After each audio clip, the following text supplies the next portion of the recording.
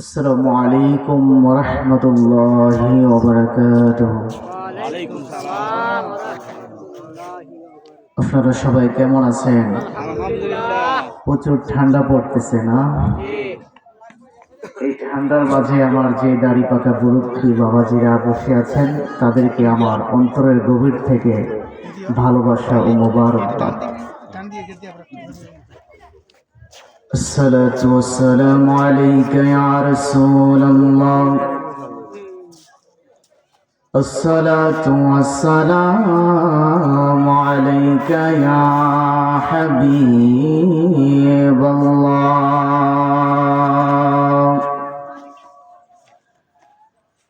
السلام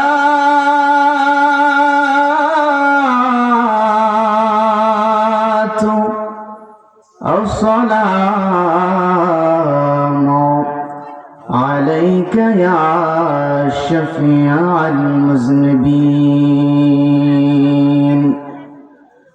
الصلاة والسلام عليك يا رحمة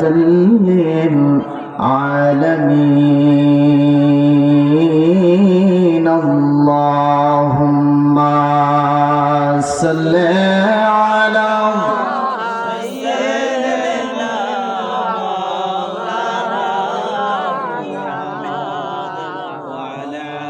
وعلى آل سيدنا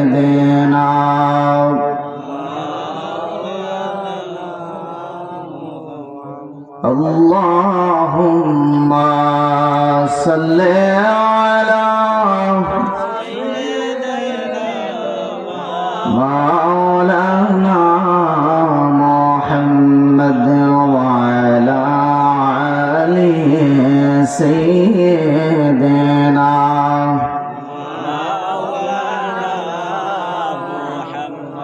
ভালোবাসার জায়গা মদিনা, ভালো লাগার জায়গা মদিনা,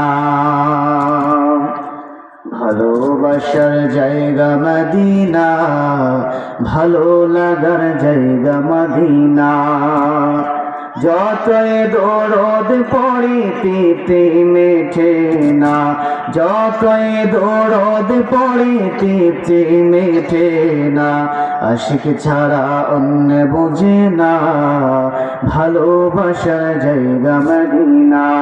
আল্লাহুম্মা সাল্লি আলা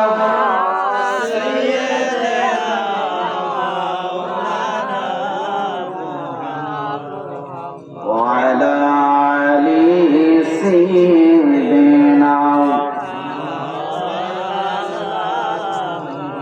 لا إله إلا الله، لا إله إلا الله، لا إله إلا الله، حسبي ربي جل الله، ما في قلبي غير الله، حسبي ربي جل الله، ما في قلبي غير الله، نور محمد صلى الله، نور محمد صلى الله، لا إله إلا الله، لا إله إلا الله، لا إله إلا الله، لا إله إلا الله، لا إله إلا الله محمد رسول الله صلى الله عليه وسلم। আমরা একটু ইসমে জাতের জিকির করতে চাই, আপনারা রাজি আছেন কি আছেন না? আছেন তো ইনশাআল্লাহ। আমার আল্লাহ বলেন, ও জগৎবাসী রে, ইসমে জাতের জিকিরটা হচ্ছে এমন জিকির, একটা জায়গার মধ্যে যদি একটা লোহা রেখে দেন কয়েক মাসের জন্য, ওই লোহাটা যদি কয়েক মাস ওই জায়গাটার মধ্যে থাকে, ওই লোহাটা জমকা ধরনের আশঙ্কা আছে কি আছে না? আছে না? একটা জায়গার মধ্যে যদি আপনি এক মাস একটা লোহা জ্যান্ত লোহা রেখে দেন, দেখবেন 1 মাস পরে এটা জমকার ধরে যাবে। এভাবে আমাদের অন্তরটা জমকার ধরে গেছে।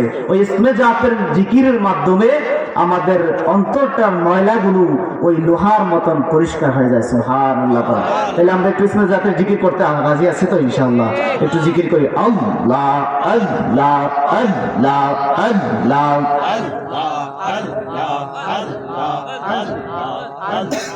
Allah, Allah, Allah, Allah, Allah, Allah, Allah. Ay Muhammad Medina wala, ay re jamrar bhoge ay marhaba. Allah, Allah, Allah. ay Muhammad kamli wala, ay re amrar bhoge ay marhaba. Allah, Allah,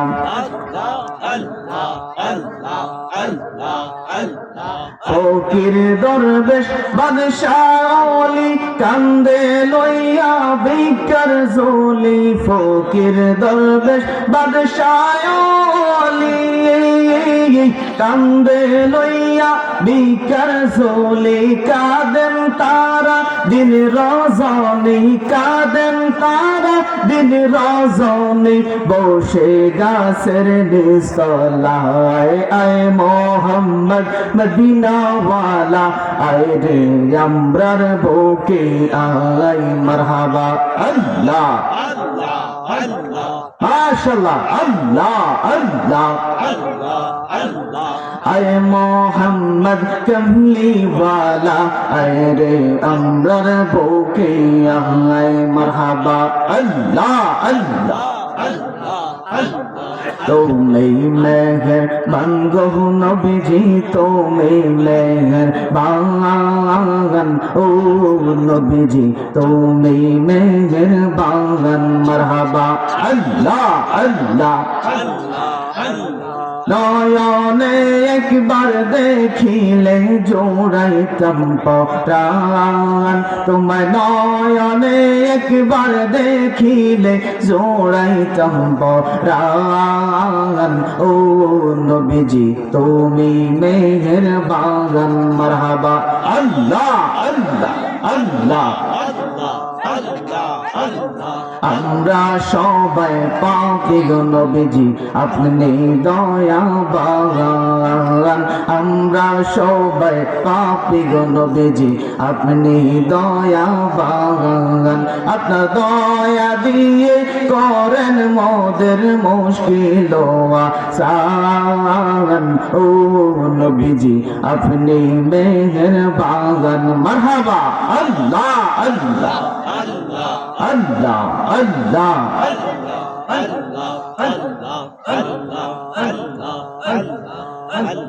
লা ইলাহা ইল্লাল্লাহ মুহাম্মাদুর রাসূলুল্লাহ সাল্লাল্লাহু আলাইহি ওয়াসাল্লাম। মুআজ্জাজ মুহতারাম সম্মানিত মুসল্লিয়ান ইকরাম, আমার সামনে উপস্থিত আমার দাড়িপাকা মুরব্বী বাবাজিরা, যুবক ভাইরা, স্নেহের ছোট কচি কাঁচা মাসুম বাচ্চারা, আমার পাশে উপস্থিত সম্মানিত উলামা ইকরাম এবং হাজী সাহেব বিন্দু,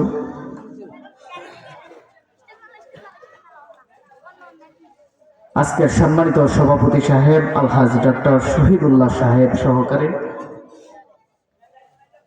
সকলের প্রতি আমার হৃদয়ের গভীর থেকে আরেকবার সালাম গুজার আরজ করতে চাই। সকলে উচ্চ সুরে উচ্চ কণ্ঠে সালামের জবাব দিবেন ইনশাআল্লাহ। আমি সালাম দিচ্ছি, আসসালামু আলাইকুম ওয়া রাহমাতুল্লাহি ওয়া বারাকাতুহু।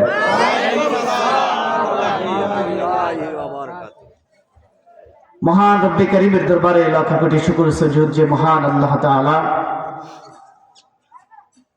আজকের এই আজিমুস শান জলসা মুবারকে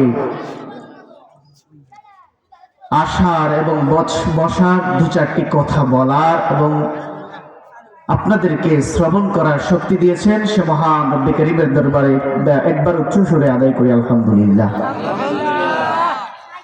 সম্মানিত হাজিরিন, আমি আপনাদের কাছে বেশি ভূমিকা রাখবো না, যেহেতু ওলামা ইকরামগণ একের পরে এক আলোচনা করবেন, তাশরীফ আনবেন। তো আমি ছোট্ট পরিসরে আপনাদেরকে একটু সময় চেয়ে নেব। এই সময়টা আমাকে আপনারা দিতে রাজি আছেন তো ইনশাআল্লাহ? তো আমি ছোট্ট সময়ে, অল্প সময়ে আপনাদেরকে বিরক্ত করব, কিছু দু চারটি কথা বলবো। এই কথা নিরীক্ষে আমাদেরকে আল্লাহ তাআলা যেন চলার এবং আমল করার তৌফিক দান করে, সকলে বলে আমিন। আল্লাহ তাআলা পবিত্র কোরআনুল কারীমের মধ্যে ইরশাদ করেছেন, বিসমিল্লাহির রহমানির রহিম।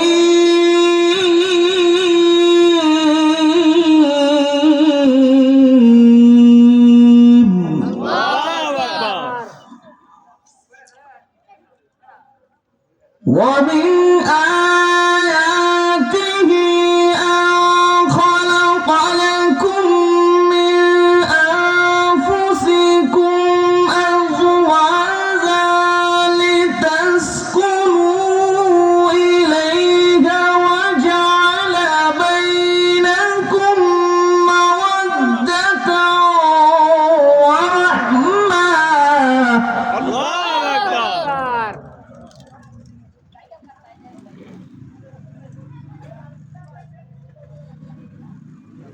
وجعل لتسكنوا إليها وجعل بينكم مودة ورحمة إن في ذلك لآيات لقوم يتفكرون.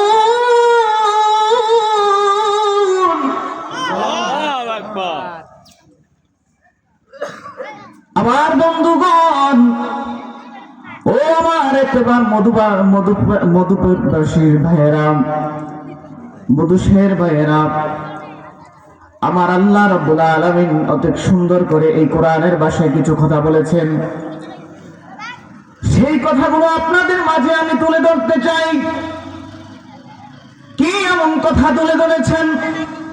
আমার আল্লাহ বললেন, ও আমার বান্দারা, শোনো শোনো, তোমাদেরকে আমি তোমাদের মায়ের গর্ভ থেকে, তোমাদের মায়ের পেট থেকে তৈরি করেছি এক ফোঁটা নাপাক পানি দ্বারা। কি দ্বারা? এক ফোঁটা নাপাক পানি দ্বারা। তোমাদেরকে আমি সর্বকুলে মাখলুকের সর্বশ্রেষ্ঠ মাখলুক বানাইছি তোমাদেরকে। অর্থাৎ আমি আল্লাহ তোমাদেরকে কারো বা মায়ের পেট থেকে, কারো স্ত্রী, কারো বোন, এভাবে আমি আল্লাহ তাআলা পরস্পর স্ত্রীর সঙ্গমের মাধ্যমে তোমাদেরকে দুনিয়াতে আগমন করেছি, পাঠিয়েছি। একটাই উদ্দেশ্য ছিল। সেই উদ্দেশ্যটা কি? আমি আল্লাহর ইবাদত করার জন্য তোমাদেরকে দুনিয়ায় পাঠাইছি। একমাত্র আমি রবের ইবাদত করার জন্য, নাকি দুনিয়াতে আরো কারো অন্যের ইবাদত করার জন্য পাঠাইছেন? কার ইবাদত করার জন্য? আল্লাহর ইবাদত করার জন্য, নাকি দুনিয়া অন্য কারো ইবাদত করার জন্য? এখানে বলা হয়েছে হাদিসে, আল্লাহ তাআলা দুনিয়ার প্রেক্ষাপটে যেই কথা আমি বলতে চাচ্ছি, বর্তমান প্রেক্ষাপটে দেখা যাচ্ছে স্বামী স্ত্রীর সম্পর্কটা যেরকম হওয়ার কথা ছিল সেরকম হয় না। স্ত্রী যদি স্বামী যদি তার স্ত্রীকে আদেশ করে, তুমি এভাবে চলো, ওইভাবে চলো, স্ত্রী তার স্বামীর আদেশ পালন করে কি করে না? করে না। আপনি দেখবেন বর্তমান অধিকাংশ সময় আপনি দেখবেন স্বামী যদি তার স্ত্রীকে রেখে প্রবাসে যদি চলে যায়, তার কর্মজীবিকার জন্য যদি চলে যায়, ওই স্ত্রীকে বাংলাদেশ রেখে যদি প্রবাসে চলে যায়, আপনি দেখবেন ওই স্বামীর আদেশ ওই স্ত্রী পালন করে না, ঠিক মতো পালন করে না। আপনি দেখবেন আল্লাহ নবী সাল্লাল্লাহু আলাইহি সাল্লাম একদিন যখন মক্কা নগরীর দিকে যাচ্ছিলেন, মক্কা নগরীর দিকে যখন আল্লাহ নবী রওনা করেছিলেন, তখন দেখলেন একটা মহিলার লজ্জাস্থানের মধ্যে একটা কোড়া লাগাইয়া তাকে জাহান্নামের আগুনের মধ্যে তাকে ঝুলন্ত অবস্থায় রেখে দিয়েছেন। যেমন আপনাদের এখানে এই ফুলগুলো ফুটকাগুলো একটা দড়ি দ্বারা বা একটা যে কোনো সুতা দ্বারা তাকে কি করে রেখেছেন, ঝুলন্ত অবস্থায় রেখেছেন। ওই সময় আমার নবী সাল্লাল্লাহু আলাইহি ওয়াসাল্লাম যখন মক্কা নগরীর দিকে রওনা করলেন, তার সাথে ছিলেন হযরত জিবরাইল আলাইহিস সালাম। আমার নবী লক্ষ্য করে দেখলেন একজন মহিলার লজ্জাস্থানের মধ্যে বড়ি লাগাইয়া অর্থাৎ কড়া লাগাইয়া তাকে ঝুলন্ত অবস্থায় রেখে দিয়েছেন। আমার নবী দেখে বড় আশ্চর্য হয়ে গেলেন। আশ্চর্য হইয়া জিবরাইল আলাইহিস সালামকে বললেন, জিবরাইল, ও জিবরাইল, এই মহিলাটা কে রে, যাকে লজ্জাস্থানের মধ্যে কড়া লাগাইয়া এইভাবে ঝুলন্ত অবস্থায় রেখে দিয়েছে, আর নিচে দিয়ে জাহান্নামের আগুনগুলো ধাউ ধাউ করে জ্বলতেছে। জিবরাইল আলাইহিস সালাম ডেকে বললেন, ইয়া রাসূলুল্লাহ, নবী নবী গো, ও দয়ার নবীজি, এই মহিলাটা হলো সেই মহিলা যেই মহিলা দুনিয়ার মধ্যে বেঁচে থাকা অবস্থায় তার স্বামী যখন তাকে দুনিয়াতে রেখে তাকে যখন তার জিম্মায় রেখে তার প্রবাস জীবনে চলে গিয়েছিলেন, উপার্জন করার জন্য, অর্থ উপার্জন করার জন্য যখন প্রবাসে চলে গেছেন, এই মহিলাকে সম্পূর্ণ দায়িত্ব দিয়ে তাকে যখন রেখে গিয়েছে, এই মহিলা তার স্বামীর কথা, তার স্বামীর আদেশ পালন করে নাই, অর্থাৎ তার স্বামীর অনুপস্থিতিতে তার লজ্জাস্থান এবং তার সমস্ত দেহ অন্যজনকে বিলিয়ে দিয়েছে, যার জন্য আল্লাহ রাব্বুল আলামিন কিয়ামতের ময়দানেও তার জন্য এত বড় শাস্তির ব্যবস্থা করে রেখেছে।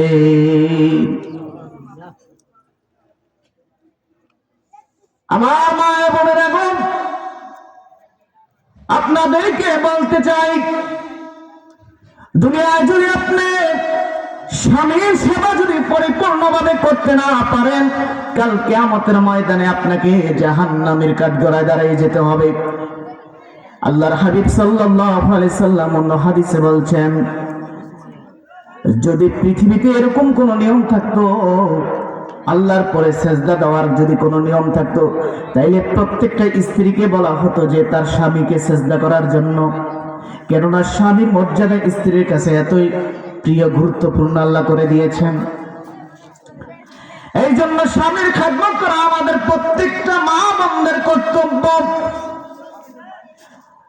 স্বামী যদি আপনাকে আদেশ করে কোনো কাজের জন্য, আপনাকে যদি আদেশ করা হয়, তাহলে আপনি যত বড় ব্যস্ততা থাকেন না কেন, আপনার যদি দুনিয়াতে আরো বেশিও কাজ থাকে না কেন, স্বামীর ডাকে সাড়া দিতে হবে। এটা রাসূলের কথা। রাসূল সাল্লাল্লাহু আলাইহি ওয়াসাল্লাম বলে গিয়েছেন যে স্ত্রী যদি পারিবারিক কাজে যত কাজে ব্যস্ত থাক না কেন, যদি তার স্বামী তাকে আদেশ করে বা তার স্বামী তাকে ডাকে, তাহলে তাৎক্ষণিকের মধ্যে তার স্বামীর ডাকে সাড়া দিতে হবে। আপনি দেখবেন চান্দিনা বাজারে, আপনাদের এই চান্দিনা বাজারে দেখবেন প্রতি শুক্রবার একটা গুলিস্তানের মতো একটা হাট মিলে, বাজার মিলে, জানেন কিনা আপনারা? আমার কয়েন না হুজুর, আমরা চান্দিনার লাগে বদনাম গাইতে নাইছেন আমরা এলাকা। বাবাজি, আপনি দেখবেন চান্দিনা প্রত্যেক শুক্রবারে একটা হাট বসে। এই হাটের মধ্যে আপনি যদি যান, রাস্তা টোয়া পাইতেন না মহিলার লাগে। অথচ এই মহিলাকে যিনি পালতেছে, এই মহিলার দায়ভার যিনি নিচ্ছে, এই স্বামী তাকে তার জন্য উপার্জন করতেছে, রক্তগুলো পানি করে দিচ্ছে, তার স্বামী তার জন্য কত কষ্ট করতেছে প্রবাসের জমিনে, আর সেই মহিলা বাজারে রঙে রঙে কাপড় কিনছে আর টাইম পাস করতেছে। আমি যখন গত শুক্রবারে বাড়ির দিকে রওনা করেছিলাম, বাড়িতে যাচ্ছিলাম ছুটিতে, তো এই গলি দিয়া চান্দিনা বাজারে বিশ্বাস করেন, বাজার যেদিন এই দিনে এত মিলে না, এই শুক্রবারে যে মিলে, যেতটুকু মিলে। আপনারা আমার মনে করেন না যে আমি আপনাদের চান্দিনার বদনাম গাইতেছি, আসলে সত্যি কথা বলতেছি, ফুটায় ধরতেছি কিছু কথা। চান্দিনা দিয়ে যখন আমি গত শুক্রবার বাড়ির যে উদ্দেশ্যে রওনা করলাম, মহিলার ধাক্কা ধাক্কি আমি ফুটয়া পাই না কোন দিক দিয়া কোন দিকে বাইরম। বাবাজি এক পর্যায়ে যখন একটা গলি পাইলাম, ওই গলি দিয়া যখন প্রবেশ করলাম, এক মহিলা গায়ের সাথে ধাক্কা দিয়া কয়, হুজুর sorry, I am very sorry হুজুর। আপনি চোখে, কারণ রাজত্ব তো আপনারা। এই স্বাধীনতা কে দিল? রাসূলের সুন্নাত তো আমরা মানছি না। হে মায়েরা, আপনারা মায়ের জাত, আপনারাই বোন, আপনারাই মা, আবার আপনারাই স্ত্রী। আপনাদের গর্ভ থেকে হযরত আব্দুল কাদের জিলানীর মতন সন্তান বের হয়, যদি আপনার আদর্শটা নীতিবান হয়। ঠিক কিনা? আপনি যদি নীতিবান হন, আপনি যদি আদর্শবান হন, তাহলে আপনার গর্ভ থেকে নেককার সন্তান আসবে। আর যদি আপনার চরিত্র ভালো না হয়, আপনার গর্ভ থেকে ডাকাত আসবে। ঠিক কিনা? আপনার গর্ভ থেকে চোর আসবে, আপনার গর্ভ থেকে ছিনতাইকারী আসবে। আপনি যদি ডাকাতে যান, বাবা চোখের ফলক ফালানোর আগে আপনার মোবাইল নাই, এই মোবাইল হাতে লইছেন, চোখটি শুধু উপরের দিকে উঠাইছেন, নিচে তাকিয়ে দেখবেন আপনার মোবাইল নাই, আপনার হাতে আছে, মোবাইল নাই। বাংলাদেশের প্রেক্ষাপট গুলা এমন পর্যায়ে গিয়েছে, যত বেশি জিনাকারী বৃদ্ধি পাচ্ছে, ততই বাংলাদেশের সৌন্দর্য নষ্ট হয়ে যাচ্ছে। এই জন্য আল্লাহ রাসূল সাল্লাল্লাহু আলাইহি ওয়াসাল্লাম বলেন, রাসূলের আদর্শ কেমন ছিল, রাসূল তিনাদের স্ত্রীদেরকে কেমন ভালোবাসতেন। হযরতে আয়েশা রাদিয়াল্লাহু তাআলা আনহাকে যখন রাসূল সাল্লাল্লাহু আলাইহি ওয়াসাল্লাম বিবাহ করলেন, আয়েশা রাদিয়াল্লাহু তাআলা আনহাকে বললেন, হে আয়েশা, তুমি আর আমি চলো একদিন রাতের আধারে আমরা একটা লুকোচুরি খেলা খেলবো, যে ফার্স্ট হবে তার জন্য গিফট থাকবে। রাসূলের প্রেম আদর্শ কেমন ছিল, আর আজকে আমাদের প্রেম আদর্শ কেমন হয়ে গেছে। স্বামী চায় না স্ত্রীর দিকে, স্ত্রী চায় না তার স্বামীর দিকে। এই জন্য আমি সব সময় একটা গজল বলি, বলতাম না গজলটা, যদি হাসা কথা কই হে গুণ ছুটবো আরে লই, যদি হাসা কথা কই হে গুণ ছুটবো আরে লই, তবু রাগ করে না ভাই বোনেরা, দুয়ের কথা কই। কইতাম নি ভাই? মাইয়া ঘরে চলতে কইছে মা ফাতেমার মতো, হে গুণ দেহি চলতে আছে বেড়া মাইশের মতো। ঠিক না?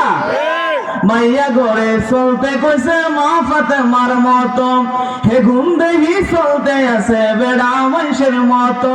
মাথার না মাথাতে নাই, মাথার না মাথাতে নাই, উত্তুই পরে বই, তবু রাগ করে না ভাই বোনেরা, দুই আইনি কথা কই। কইতাম আর কইতাম নেই।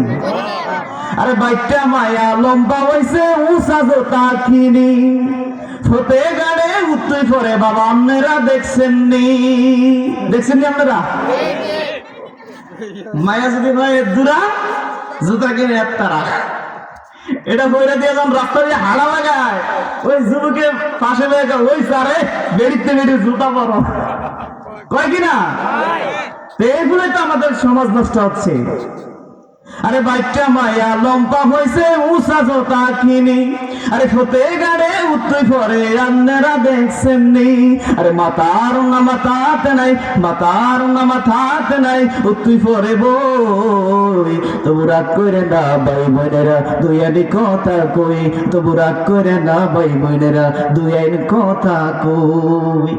মায়েরা সাইগিয়া আড়ালে বইয়া কইতেছে, এই হুজুরটা কোন মসজিদের, তাড়াতাড়ি কল্লাশি কর, এটা বিদায় করতে হইব। বাবাজি সত্য কথা সবসময় একটু তিতা হয়। কারণ আমাদের মায়েদের আচরণটা এমন হয়ে যাচ্ছে, মা আপনাকে আল্লাহ রাসূল অনেক মর্যাদাবান হিসেবে বানাইছে, পাঠাইছে। আপনি যদি আপনার মর্যাদা না ধরে রাখতে পারেন তাহলে এটা ব্যর্থতা। মাদেরকে আল্লাহ রাসূল সাল্লাল্লাহু আলাইহি ওয়াসাল্লাম সবচেয়ে বেশি ইজ্জত করতেন, ভালোবাসতেন। মা হুজুরের খারাপ মনে করেন না, আপনাদের ভালোর জন্য কথাগুলো বলছি, কারণ সমাজের প্রেক্ষাপটটা এমন পর্যায়ে চলে গেছে। প্রতি শুক্রবার চান্দিনা বাজারে গেলে বোঝা যায় যে কত ধরনের মহিলা ওই বাজারে। শুধু শুক্রবার চান্দিনা বাজার নয়, আপনি বাংলাদেশের প্রত্যেকটা জায়গায় দেখবেন, কুমিল্লা বলেন, ঢাকা বলেন, আমাদের চাঁদপুর বলেন, কচুয়া বলেন, প্রত্যেকটা জায়গায় এই অবস্থা। পুরুষের থেকে মহিলা বাজারের ভিতরে বেশি। হেবড়ায় প্রবাসে জমিনে যাইয়া ইচ্ছা মতন টাকা কামায় আর দেশে পাঠায় জমিন কেনার উদ্দেশ্যে, আর হেবেড়ি যে বড় মেকআপ বক্স কিনে। না, আমাদের আদর্শটা এমন হওয়া উচিত নয়। আল্লাহর হাবিব সাল্লাল্লাহু আলাইহি সাল্লাম বলছেন, স্বামীর খেদমত করো, স্বামীকে ভালোবাসো। রাসূল আরবি সাল্লাল্লাহু আলাইহি সাল্লামকে সাহাবী জিজ্ঞেস করলেন, ইয়া রাসূলুল্লাহ, দুনিয়াতে কোন মহিলাটা সবচেয়ে ভালো, উত্তম? আল্লাহর হাবিব সাল্লাল্লাহু আলাইহি সাল্লাম বলছেন, হে সাহাবী, দুনিয়াতে সবচাইতে উত্তম ওই মহিলা যে মহিলার দ্বারা, জবানের দ্বারা, কণ্ঠের দ্বারা অন্য লোক কি পায় না, কষ্ট পায় না, বা তার আচরণের দ্বারা অন্য লোক কষ্ট পায় না, বা তার সৌন্দর্যের দ্বারা, তার লাবণ্যতার দ্বারা শুধু স্বামীর কাছেই তার সৌন্দর্যতা প্রকাশ করে, অন্য পুরুষের কাছে নয়। ওই সমস্ত মহিলারা দুনিয়ার ভিতরে সবচেয়ে উত্তম। তাহলে আজকে কি আপনি দেখেন, আজকে কি এই পর্যায়ে আছে? স্বামীর সামনে আল্লাহর হাবিব সাল্লাল্লাহু আলাইহি সাল্লাম বলছেন যে তুমি তোমার স্বামীর সামনে সাজুগুজু যত কিছু লাগে করে যাও। যদি তুমি সাজুগুজু করো তোমার স্বামীর সামনে, তাহলে তার আকর্ষণ তোমার দিকে থাকে। আর এখনকার মহিলারা দেখা যায় স্বামীর সামনে সাজুগুজু করবো যায়, দেওরের সামনে সাজুগুজু করে, স্বামীকে দেখায় না। যদি স্বামী মুখ থেকেও বলে যে তুমি একটু আমার জন্য একটু সাজো না একদিন, এত পারতাম না, দাদন খাইয়ে খাচ্ছি, পারতাম না, কয় কি কয় না, এ বাবাজি কয় কি কয় না, এমন কেন? হ্যাঁ, হযরতে আব্দুল কাদের জিলানী রাহমাতুল্লাহি আলাইহির কথা আপনারা সকলেই জানেন। উনি কত বড় মাফের আল্লাহর ওলি ছিলেন, মায়ের খেদমত কিরকম করেছিলেন, আর তার মা কত নেককার মা ছিলেন, যিনি তাকে গর্ভ রাখা অবস্থায় কোরআন শরীফ 18 পারা মুখস্থ করে ফেলেছেন। সুবহানাল্লাহ বলবেন না? 18 পারা কোরআন শরীফ মুখস্থ করে ফেলছেন মায়ের গর্ভ থেকে। আগের যুগের মহিলারা, মায়েরা যদি হুজুর দেখতো বা বাহিরের কোন একটা মুরব্বী লোকদেরকে দেখতো, টান দিয়া ঘুমটাটা বড় করে দিয়া একটা সাইড হয়ে যাইতো। আর এখনকার যুগের মহিলারা যদি পরপুরুষ দেখে বা হুজুর দেখে, আরো সুন্দর করে ঘুমটাটা হালাই দিয়ে খারাপ। কেন?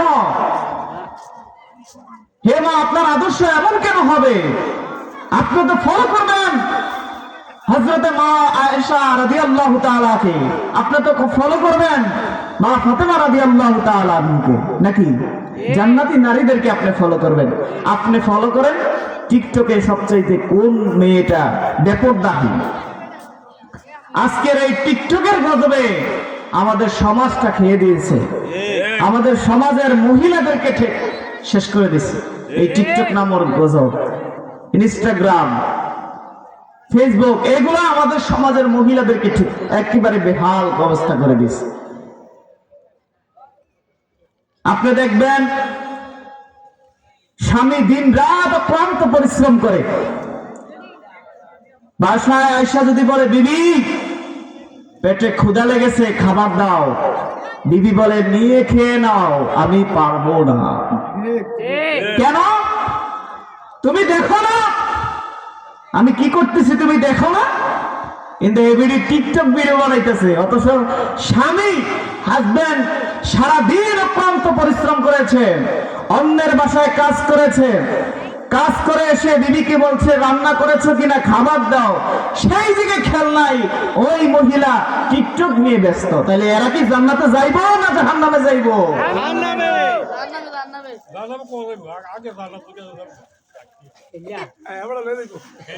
হ্যাঁ, এবারে জান্নাতে নিয়ে যাইবো, ঠিক নেই? আমার মায়েরাম, আপনাদেরকে আজকের এই মাহফিল থেকে রিকোয়েস্ট করতে চাই, আপনাদেরকে বলতে চাই,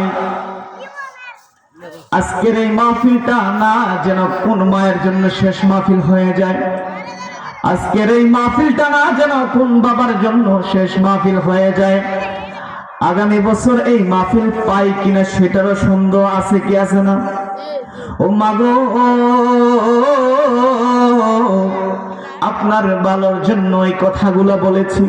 হয়তো আপনি ভাববেন হুজুর কেন এই কথাগুলো বলে, হুজুর কেন এই কথাগুলো মহিলাদেরকে টার্গেট করে বলে? শুধু মহিলাদেরকে নয়, ও মা, আমি পুরুষদেরকে বলতে চাই, আজকে এমন এমন সমাজের মধ্যে এমন কিছু পুরুষও আছে যে নিজের স্ত্রীকে রেখে নিজের স্ত্রীকে তার কাছে ভালো লাগে না, অন্যের ওয়াইফকে ভালো লাগে। এরকম পুরুষ আজকের জমানায় আছে কি আছে না? স্ত্রী যতই তার সামনে সাজুক না কেন রে বাবা, স্ত্রী যতই তার সামনে তার সৌন্দর্য ফুটাইয়া ধরুক না কেন, এরপরও বলে তোমাকে আমার ভালো লাগে না। এরকম কেন হবে? আমার রাসূলের আদর্শের দিকে একটু তাকাই। আমার রাসূল সাল্লাল্লাহু আলাইহি সাল্লাম যখন হযরত মা আয়েশা রাদিয়াল্লাহু তাআলা আনহুকে নিয়ে যখন বিয়ে করেছিলেন, আমার রাসূল সাল্লাল্লাহু আলাইহি সাল্লাম মা আয়েশার সাথে প্রতিযোগিতা করতেন। মা আয়েশার মন যেন খারাপ না হয়ে যায়, মা আয়েশাকে সব সময় ভালো রাখার জন্য, তিনার মনটাকে সুস্থ রাখার জন্য মা আয়েশা রাদিয়াল্লাহু তাআলা আনহুর সাথে প্রতিযোগিতা করতেন। ইচ্ছে করে আমার রাসূল সাল্লাল্লাহু আলাইহি সাল্লাম মা আয়েশার সাথে প্রতিযোগিতায় হেরে যাইতেন। কেন? মা আয়েশা রাদিয়াল্লাহু তাআলা যেন স্বচ্ছন্দ বোধ করে, মা আয়েশা রাদিয়াল্লাহু তাআলা যেন খুশি হয়। এই জন্য আল্লাহর রাসূল সাল্লাল্লাহু আলাইহি সাল্লাম প্রতিযোগিতার মধ্যে হেরে যেতেন, আর পুরস্কারটা মা আয়েশা রাদিয়াল্লাহু তাআলা আনহুকে দিয়ে দিতেন। আমার রাসূলের আদর্শের দিকে যদি তাকাই, আমার রাসূলের আদর্শ যদি আমরা পালন করতে পারি বাবাজি, খোদা কি কসম, তাহলে আমাদের সংসারের মধ্যে সুখও আসবে, শান্তিও আসবে, বরকতও আসবে। জোরে কোন মারহাবা। যদি রাসূলের আদর্শ আপনি ধরেন, রাসূলের চারিত্রিক জীবনগুলো আপনি যদি গঠন করেন, তাহলে পরিপূর্ণ সুখ শান্তি আপনার ঘরে আসবে। নয়তো কিয়ামত পর্যন্ত আপনি যদি আপনার স্ত্রীকে কন্ট্রোল করতে না পারেন, আপনি বেহাল অবস্থা।